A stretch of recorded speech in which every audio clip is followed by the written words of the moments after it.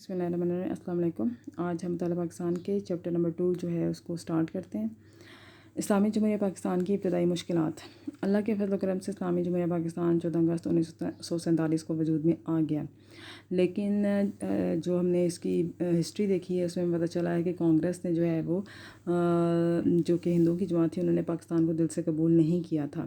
انہوں نے جو اس وقت کے وائس رائے تھے لارڈ ماؤنٹ بیٹن اور سر ریڈ کلف نے، انہوں نے کانگریسی رہنماؤں کو اس بات پر راضی کیا تھا کہ پاکستان کو ایک دفعہ بن لینے دے، پاکستان ایک کمزور وطن بنے گا تو ابتدا میں اس کی اتنی مشکلات آئیں گی کہ اگر وہ ملک بن بھی جاتا ہے تو یہ ملک جو ہے وہ قائم نہیں رہ سکے گا۔ لیکن قائد اعظم کی قیادت میں پاکستانیوں نے مشکل حالات میں جو ہے مشکل حالات کا مقابلہ کیا اور آہستہ آہستہ اپنے مسائل پر قابو پا لیا۔ لیکن اللہ تعالیٰ کا یہ کرم رہا ہے کہ تمام تر مشکلات اور مخالفتوں کے باوجود پاکستان آج بھی قائم و دائم ہے۔ اب جو مسائل کا سامنا کرنا پڑتا ہے وہ ہم ون بائی ون دیکھ لیتے ہیں۔ ریڈ کلف ایوارڈ کی ناانصافیاں۔ 3 جون 1947 کے منصوبے کے تحت یہ طے پایا تھا کہ پنجاب اور بنگال کے صوبوں کو مسلم اور غیر مسلم اکثریتی علاقوں میں تقسیم کیا جائے گا۔ مسلم اکثریتی علاقے پاکستان اور باقی علاقے ہندوستان کا حصہ بنیں گے۔ علاقوں کی حد بندی کے لیے کمیشن بنانے اور اس کی ثالثی کو قبول کرنے کے پر اتفاق رائے ہوا۔ ایک برطانوی ماہر قانون سر ریڈ کلف کو یہ ذمہ داری سونپی گئی۔ سر ریڈ کلف نے لارڈ ماؤنٹ بیٹن کے دباؤ میں آ کر غیر منصفانہ تقسیم کی۔ مسلم اکثریت کے بعض تسلیم شدہ علاقے جو ہیں وہ سازش کر کے ہندوستان میں شامل کر دیے گئے۔ آبادی کے مطابق طے پائے جانے والے نقشے اور اس پر کھینچی گئی لکیروں کو بدل دیا گیا۔ اس امر کا اعتراف ریڈ کلف کے پرائیویٹ سیکرٹری نے کیا اور اب تو یہ ایک تاریخی حقیقت مانی جا چکی ہے کہ ناانصافی کرتے ہوئے بعض اہم علاقوں سے پاکستان کو محروم کر دیا گیا۔ ضلع گورداسپور کی 3 تحصیلیں گورداسپور، پٹھان کوٹ اور بٹالہ کے علاوہ ضلع فیروز پور کی تحصیل زیرہ اور بعض دوسرے علاقے ہندوستان کو سونپ دیے گئے۔ گورداسپور کے علاقوں کو ہندوستان میں شامل کرنے سے ریاست جموں کشمیر کا راستہ ہندوستان کو دے دیا گیا۔ سر ریڈ کلف کے ایوارڈ سے نہ صرف مسلمانوں کو ان کے علاقوں اور حقوق سے محروم کیا گیا بلکہ دونوں قوموں کے درمیان مستقل مخالفت کا بیج بو دیا گیا۔ آج بھی ابھی تک مسئلہ کشمیر موجود ہے اور دونوں ممالک جو ہیں وہ کافی دفعہ جو ہے وہ جنگیں لڑ چکے ہیں۔ انتظامی مشکلات۔ پاکستان کے علاقوں میں سرکاری ملازمتوں پر فائز غیر مسلم بڑی تعداد میں ہندوستان چلے گئے۔ دفاتر خالی ہو گئے۔ دفاتر میں فرنیچر، اسٹیشنری، ٹائپ رائٹروں وغیرہ کی کمی تھی۔ اکثر دفاتر نے کھلے آسمان تلے کام کا آغاز کیا۔ ہندوستان جاتے ہوئے دفتری ریکارڈ تباہ کر گئے۔ ہندو جو ہیں وہ ہندوستان جاتے ہوئے دفتری ریکارڈ تباہ کر گئے۔ اس کی وجہ سے دفاتر میں کام کرنے میں بڑی دشواریاں پیش آئیں۔ اب یہ جو انتظامی مشکلات ہیں نا، یہ شارٹ کوشچن آ جاتا ہوتا ہے اکثر پیپرز میں۔ مہاجرین کی آمد۔ قیام پاکستان کے بعد بھارت میں رہنے والے مسلمانوں نے اپنے نئے وطن میں آنے کا فیصلہ کیا۔ لاکھوں خاندان اپنا سب کچھ چھوڑ کر پاکستان کی طرف روانہ ہوئے۔ اب جو مسلمان بھارت میں رہنا چاہتے تھے انہیں ہندوؤں اور سکھوں نے قتل و غارت کا نشانہ بنانا شروع کر دیا۔ جو خاندان بچ گئے تھے وہ مجبوراً پاکستان کی طرف ہجرت کر کے ان کو آنا پڑا۔ دوران ہجرت لاکھوں افراد شہید ہوئے۔ یہ بے گھر، لوٹے پوٹے، پریشان حال مسلمان جب پاکستان پہنچے تو انہیں عارضی کیمپوں میں رکھا گیا۔ ان کی خوراک، رہائش، ادویات اور دیگر ضروریات کی فراہمی کے لیے حکومت نے تیزی سے منصوبہ بندی کی۔ عوام نے بھی اپنے مسلمان بھائیوں کو خوش آمدید کہا۔ حکومت اور عوام کی مشترکہ کوششوں سے مہاجرین کی ضروریات پوری کی گئی۔ تعداد اتنی زیادہ تھی کہ کیمپوں میں گنجائش نہ رہی۔ لوگوں کو جہاں سر جمانے کو جگہ ملتی ڈیرے ڈال لیتے۔ مہاجرین کی بحالی ایک بہت بڑا چیلنج تھا۔ دنیا میں ہجرت کی اتنی بڑی تعداد کا واقعہ رونما کبھی نہ ہوا۔ ہجرت کے دوران ایسے واقعات بھی ہوئے کہ مسلمانوں کی قتل و غارت میں بھارتی فوج ہندوؤں اور سکھوں کے ساتھ شامل تھی۔ اثاثوں کی تقسیم۔ برصغیر کی تقسیم کے بعد اثاثوں کی تقسیم جو ہے اس کا بھی مناسب تقسیم ہونا جو ہے وہ ضروری تھا، لیکن یہاں بھی بھارتی حکمرانوں نے ناانصافی سے کام لیا۔ وہ بہانے سے پاکستان کو اس کا حصہ دینے سے گریز کرتے رہے، کیونکہ ان کا مقصد تھا کہ وہ پاکستان کی جو معیشت ہے اس کو تباہ کر دیں اور پاکستان کو ایک کمزور سے کمزور تر ملک بنا دیں۔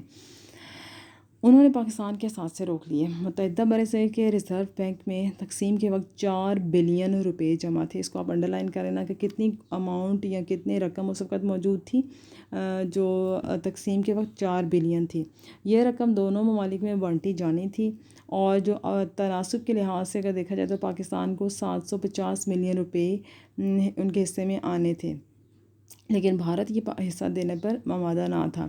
پاکستان کی طرف سے مسلسل مطالبے کی وجہ سے اور بین الاقوامی سطح پر اپنی ساکھ قائم رکھنے کی مجبوری کی وجہ سے بھارت نے ایک قسط میں 200 ملین روپے جو ہے وہ دیے، باقی رقم جو ہے اسے روک لی۔ بھارتی وزیر پٹیل نے پاکستان کو کہا کہ وہ کشمیر پر بھارت کا حق تسلیم کر لے تو ساری رقم ادا کر دی جائے گی۔ پاکستان نے سودے بازی نہ کی۔ ادھر گاندھی کو بین الاقوامی برادری میں شرمندہ ہونے کا خوف تھا، اس نے ساری رقم پاکستان کو ادا کرنے کو کہا۔ مجبوراً 500 ملین روپے کی ایک قسط پاکستان کے حوالے کی گئی، بقایا 50 ملین روپے ابھی تک بھارت کے ذمہ واجب الادا ہیں۔ اس حوالے سے نومبر 1947 میں دہلی میں دونوں ممالک کے نمائندوں کی میٹنگ بھی ہوئی، جس میں معاہدہ ہوا اور دونوں ممالک نے معاہدے کی توثیق بھی کر دی، لیکن معاہدے پر آج تک عمل درآمد نہ ہو سکا۔ اس کے بعد ہے فوج کی تقسیم۔ جب برصغیر تقسیم ہوا تو یہ بھی ضروری تھا کہ فوج جو ہے اس کو بھی باقی اثاثوں کی طرح تقسیم کیا جاتا، لیکن اس معاملے پر بھی جو ہندو تھے انہوں نے انصاف سے کام نہ لیا اور پاکستان کو کمزور ہی رکھنا چاہا۔ تقسیم سے پہلے متحدہ ہندوستان کا کمانڈر چاہتا تھا کہ افواج کو بانٹا نہ جائے اور انہیں ایک ہی کمانڈر کے تحت رکھا جائے۔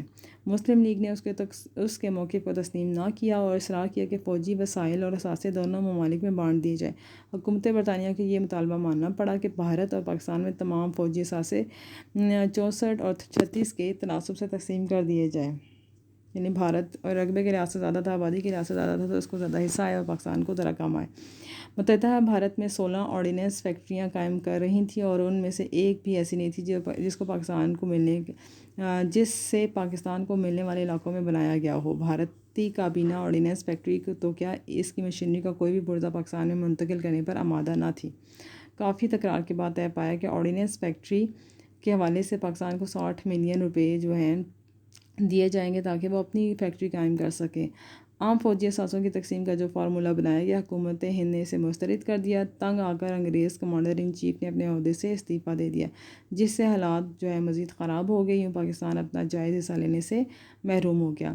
جہاں تک افواج کا تعلق تھا، ہر فوجی کو اختیار دیا گیا کہ وہ دونوں میں سے جس ملک کی فوج کا حصہ بننا چاہتے ہیں بن جائے۔ ظاہر ہے مسلمان جو ہے انہوں نے پاکستان سے اپنی وابستگی کا اظہار کیا۔ پھر آتا ہے دریائے پانی کا مسئلہ۔ تقسیم برصغیر نے دریاؤں کی قدرتی بہاؤ پر اثر ڈالا۔ بین الاقوامی قانون کے مطابق دریا کا قدرتی راستہ برقرار رکھا جاتا ہے، اور جن 2 یا زیادہ ممالک سے دریا گزرتا ہے اس کے پانی سے مستفید ہوتے ہیں۔ کوئی ملک دریا کا رخ بدل کر کسی دوسرے ملک کو آبی وسیلے سے محروم نہیں کر سکتا۔ برصغیر میں اس حوالے سے بھی بحران پیدا ہوا۔ پنجاب اور سندھ کو دریائے سندھ اور اس کے معاون دریا جہلم، چناب، راوی، ستلج اور بیاس سیراب کرتے آ رہے ہیں۔ پنجاب جب 2 حصوں میں تقسیم ہوا تو دریاؤں کی بھی تقسیم عمل میں آئی۔ راوی، ستلج اور بیاس بھارت کی سرزمین سے گزر کر پاکستان میں داخل ہوتے تھے۔ بھارت سے انصاف کی توقع نہ تھی، اس نے اپریل 1948 میں مغربی پنجاب کو آنے والے پانی کا راستہ روک لیا۔ یہ قدم پنجاب اور سندھ کی معیشت کو تباہ کرنے کے مترادف تھا، کیونکہ ان علاقوں میں فصلوں کی آبیاری کا یقینی ذریعہ دریا کا پانی ہی تھا، کیونکہ ان علاقوں میں بارش کم ہوتی تھی، بلکہ ابھی بھی کمی ہوتی ہے۔ بھارت کی طرف سے پانی کی بندش سوکھے اور قحط کا باعث بن سکتی تھی۔ پاکستان کی زراعت کا دار و مدار زیادہ تر دریائے پانی پر ہی ہے۔ ایک بڑی زیادتی ریڈ کلف کی سربراہی میں بننے والے حد بندی کمیشن نے کی۔ اس نے سرحد کا تعین کرتے وقت اکثر ہیڈ ورکس مسلم اکثریتی علاقوں میں ہونے کے باوجود بھارت کے حوالے کر دیے۔ یہ سازش پاکستان کی زراعت و معیشت کی تباہی کا باعث بن سکتی تھی۔ بھارت نے دریائے ستلج پر ڈیم بنانے کا فیصلہ کیا تو پاکستان نے سخت احتجاج کیا۔ اگر بند بنتا تو تباہی اور قحط کا سامنا کرنا پڑتا، اس لیے عالمی برادری کو اپنے مسئلے سے آگاہ کیا گیا۔ عالمی بینک نے صورتحال کا جائزہ لے کر پاکستان کی مدد کا اعلان کیا۔ کثیر رقوم مختص کی گئیں اور کافی غور و خوض کے بعد عالمی بینک کی مدد سے دونوں ممالک میں ایک معاہدہ سنتاس طے پایا۔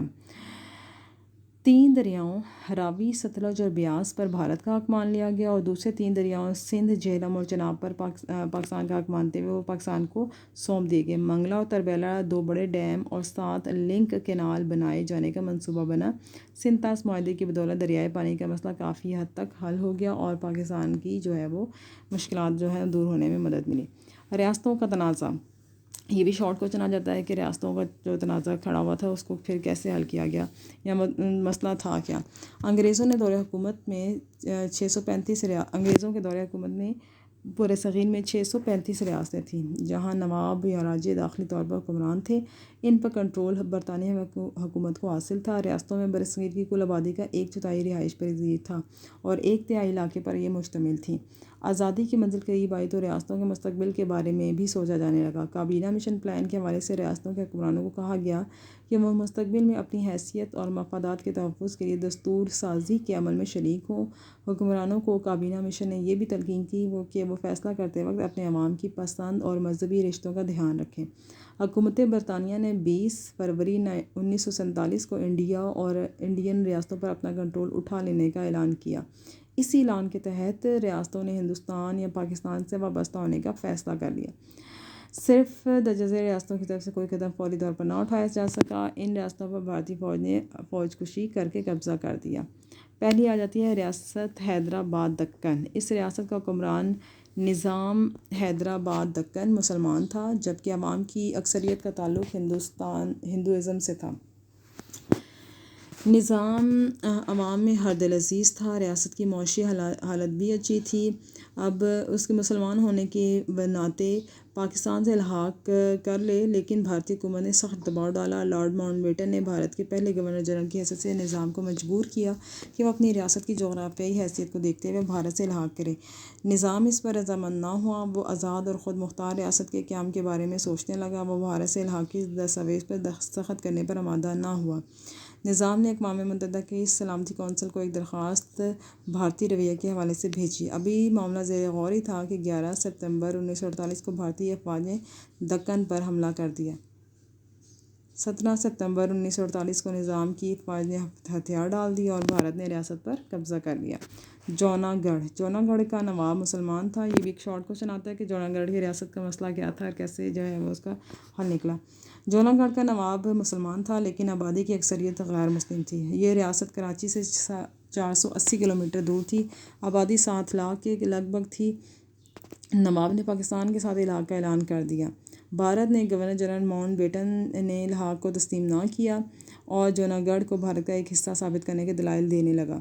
بھارت نے نواب جوناگڑھ کے الحاق کے اعلان کو قبول کرتے ہوئے خط جاری کر دیا جس کی نقل governor general lord Mountbatten کو بھی بھیجی گئی۔ بھارت نے پاکستان کی توسیع کو اپنے اندرونی معاملات میں مداخلت سے تعبیر کیا۔ جوناگڑھ کو چاروں طرف سے گھیر لیا گیا اور خوراک اور دیگر ضروریات ریاست کے اندر جانے کی اجازت نہ دی گئی۔ بھارتی افواج نے جوناگڑھ میں داخل ہو کر اس کے دارالحکومت پر قبضہ کر لیا۔ نواب نے یہ صورت دیکھی تو ہجرت کر کے پاکستان آ گیا۔ نواب نے ایک درخواست اقوام متحدہ کی سلامتی کونسل کو بھیجی لیکن اس کا کوئی رد عمل نہ ہوا۔ پاکستان بھی اقوام متحدہ میں جوناگڑھ کے تنازع کو لے گیا لیکن یہ معاملہ ابھی تک اقوام متحدہ کے پاس بغیر کسی مسئلے کے حل کے پڑا ہے۔ پھر آتا ہے مناوادر۔ جوناگڑھ کے قریب ایک اور ریاست مناوادر کے مسلمان حکمران نے بھی پاکستان سے الحاق کا اعلان کیا۔ جوناگڑھ کے ساتھ ساتھ بھارتی افواج نے مناوادر پر حملہ کیا اور اسے زبردستی اپنے قبضے میں لے لیا۔ مناوادر اور جوناگڑھ کی ریاستوں پر فوج کشی کے احکامات پر گورنر جنرل ماؤنٹ بیٹن نے دستخط کیے۔ پھر آتا ہے ریاست جموں و کشمیر۔ ریاست جموں و کشمیر جو ہے وہ پاکستان کے شمال میں برصغیر کی ریاستوں کے علاقے کے اعتبار سے سب سے بڑی ریاست تھی۔ اس کی سرحدیں چین، تبت، افغانستان اور پاکستان سے ملتی ہیں۔ 1941 کی مردم شماری کے مطابق ریاست کی کل آبادی 40 لاکھ کے قریب تھی۔ آبادی کا بہت بڑا حصہ مسلمانوں پر مشتمل تھا۔ برطانوی حکومت نے اس ریاست کو ایک ڈوگرا راجہ گلاب سنگھ کے پاس صرف 75 لاکھ میں فروخت کر دیا۔ ڈوگرا راجہ گلاب سنگھ اور اس کے جانشینوں نے اپنی مسلم رعایا پر ظلم و جبر کے پہاڑ توڑے۔ معمولی جرائم کی پاداش میں مسلمانوں کو زیادہ کڑی سزائیں دی جاتی۔ تنگ آ کر 1930 سے کشمیری مسلمانوں نے ڈوگرا راج کے خلاف آزادی کی تحریک شروع کر دی۔ برطانوی حکومت کی مدد کے ساتھ راجہ نے عوامی تحریک کو سختی سے کچل دیا۔ ریاست جموں کشمیر جو ہے وہ اگر دیکھا جائے تو وہ جغرافیائی، ثقافتی، مذہبی اعتبار سے پاکستان کے قریب ہے۔ پاکستان کو سیراب کرنے والے اکثر دریا کشمیر سے نکلتے ہیں۔ 1947 میں کشمیری عوام چاہتے تھے کہ راجہ پاکستان سے الحاق کا فیصلہ کرے، لیکن راجہ اس پر آمادہ نہ تھا۔ عوام نے محسوس کیا کہ راجہ جو ہے وہ ان کی احساسات کی قدر کرتے ہوئے ان کی مرضی کے مطابق فیصلہ نہیں کرے گا، اس لیے انہوں نے ایک بڑی تحریک شروع کر دی۔ راجہ نے بھی سختی سے کام لیا اور لاکھوں افراد جو ہے وہ وطن چھوڑنے پر مجبور ہو گئے۔ 2.25 لاکھ سے زیادہ مسلمان جو ہے وہ شہید کر دیے گئے۔ تحریک کو دبایا نہ جا سکا اور راجہ نے بھارتی حکومت کی مدد کی درخواست کر دی۔ بھارت نے اپنی فوج جو ہے وہ ریاست میں بھیج دی اور ساتھ ہی دباؤ ڈالا کہ راجہ بھارت سے ریاست کے الحاق کی دستاویز پر دستخط کر دے۔ راجہ ایسا کرنے سے گریز کرتا رہا۔ بھارتی حکومت نے ایک جعلی دستاویز تیار کی اور اعلان کیا کہ راجہ نے ریاست کو بھارت میں شامل کرنے کی درخواست کی ہے، جسے بھارتی حکومت نے مان لیا۔ کشمیری عوام راجہ کے خلاف تحریک چلا رہے تھے، اب انہوں نے باقاعدہ ہتھیار اٹھا لیے۔ سابقہ کشمیری فوج جنگ آزادی میں کشمیری عوام راجہ کے خلاف تحریک چلا رہے تھے، اب انہوں نے باقاعدہ ہتھیار اٹھا لیے۔ سابقہ کشمیری فوج جنگ آزادی میں مسلمانوں کی قیادت کرنے لگے۔ رضاکاروں کے جتھے آزادی کے لیے بھارتی افواج اور راجہ کے دستوں کے خلاف جہاد میں شامل ہوئے تو دیکھتے ہی دیکھتے بہت سا علاقہ راجہ کے قبضے سے نکل گیا۔ حکومت پاکستان اور پاکستانی عوام کی پوری اخلاقی اور مالی امداد تحریک آزادی کو کشمیر میں شامل ہوئی تو آزادی کے لیے لڑنے والوں کا پلڑا بھاری ہونے لگا۔ بھارت نے حالات کا رخ دیکھا تو اقوام متحدہ کا دروازہ کھٹکھٹا دیا۔ اقوام متحدہ کی سلامتی کونسل نے 2 قراردادیں منظور کیں۔ دونوں ممالک کو جنگ بندی کی تلقین کی گئی اور حد بندی کیے جانے کا فیصلہ کیا گیا۔ اقوام متحدہ نے واضح طور پر کہہ دیا کہ کشمیری عوام کی رائے معلوم کی جائے، ان کی مرضی کے مطابق کشمیر کا الحاق بھارت یا پاکستان سے ہوگا۔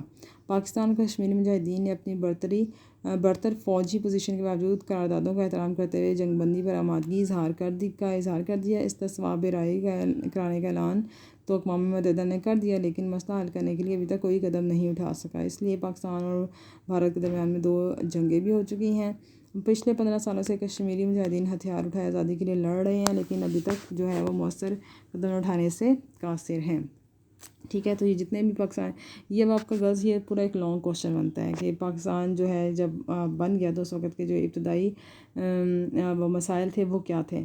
اب آپ نے کرنا ہے اس کو پریپیئر اس طرح سے کیونکہ ڈیٹیل بہت زیادہ دی ہوئی ہے۔ آپ نے یہ کرنا ہے کہ جو ابتدائی مشکلات ہیں آپ نے ہیڈنگس، جو مین ہیڈنگس ہیں نا، وہ ساری لکھنی ہیں۔ اب اس میں مٹیریل آپ نے اتنا لکھنا ہے کہ آپ کے پیپر میں جب آپ لکھیں تو 7 to 8 لائنس جو ہے نا وہ بن جائیں، اور ہر ہیڈنگ کے ساتھ جب آپ کرو گے تو آپ کا ایک اچھا خاصا لینتھ کا جو ہے نا وہ لانگ کوشچن بن جائے گا۔